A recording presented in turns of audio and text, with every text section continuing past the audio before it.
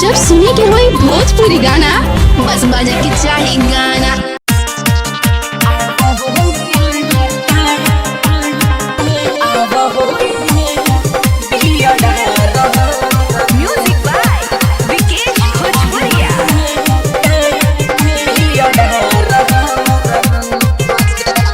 मोरा खेतवा रहे नदी के कान्ही रात भर के भइल पानी पानी।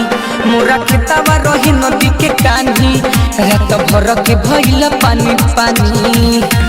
जमल बाटे खोरया के हंसुआ से छोप द। जमल बाटे खोरया के हंसुआ से छोप द। आव हो यार बिया हमारा रोप द। आव हो यार बिया हमारा रोप द। आज की रिकॉर्डिंग स्टूडियो बेतिया बेतिया।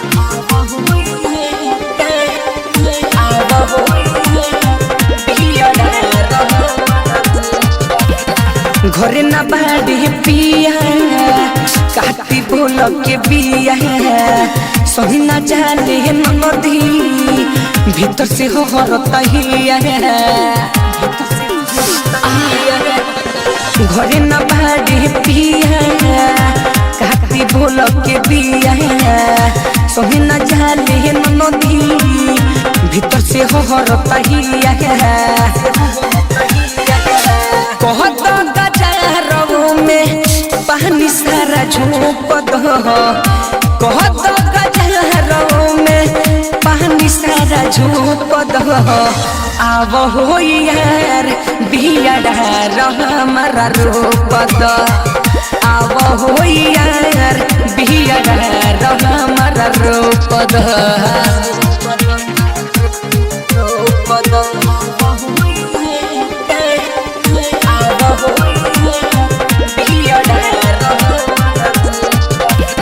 मिलत नई खे जाना करना रघुमाना।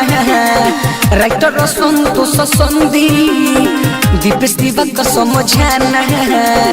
अरे बात मन राजा मिलत नई खे जाना करना रघुमाना। रजनीकांत संधि दीपेश दिवक समझाना। छोड़ आज काम सारा हमरे रोप द। छोड़ आज काम सारा हमरे रोप द। आव हो यार बिया हमारा रोप द। आव हो यार बिया हमारा रोप द। मोरा खेतवा रहे नदी के कान्ही रात भर के भइल पानी पानी। मोरा खेतवा रहे नदी के कान्ही रात भर के भइल पानी पानी। जमल बाटे खोरया के हंसुआ से छोप द। जमल बाटे खोरया के हंसुआ से छोप द।